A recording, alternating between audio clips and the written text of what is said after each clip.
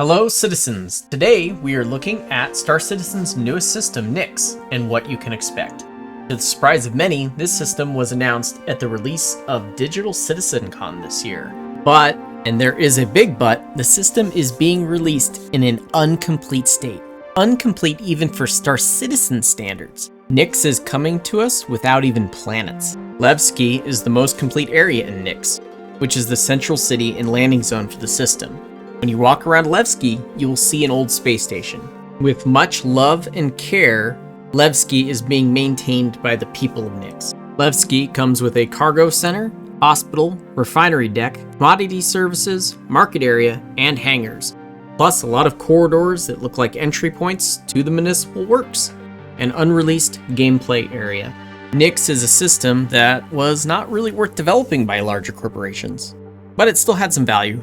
So Nyx became home to the People's Alliance, a faction who rebelled against the dictatorship of the Messers. Nyx is a remote and rugged system, but the People's Alliance still care for the people and make the best home that they can. However, the threats of gangs and the growing Vanduul presence are testing the People's Alliance's ability to remain in control. For gameplay, the Vanduul, the first aliens to make their way into Star Citizen, will be making their first appearances, often showing up when you least expect them. There are a few space combat missions available. Also, the storyline for the ASD facilities continues in Nyx, and this mission set is really the only FPS combat missions that are located in Nyx. Mining is a central focus of the system. The Glacium Ring is a massive asteroid belt, which provides many mining opportunities. Cargo and delivery missions are in Nyx, though a very small selection. Missions will send you to retrieve packages off wrecked spaceships. The cargo missions typically send you on interstellar cargo missions to Stanner Pyro,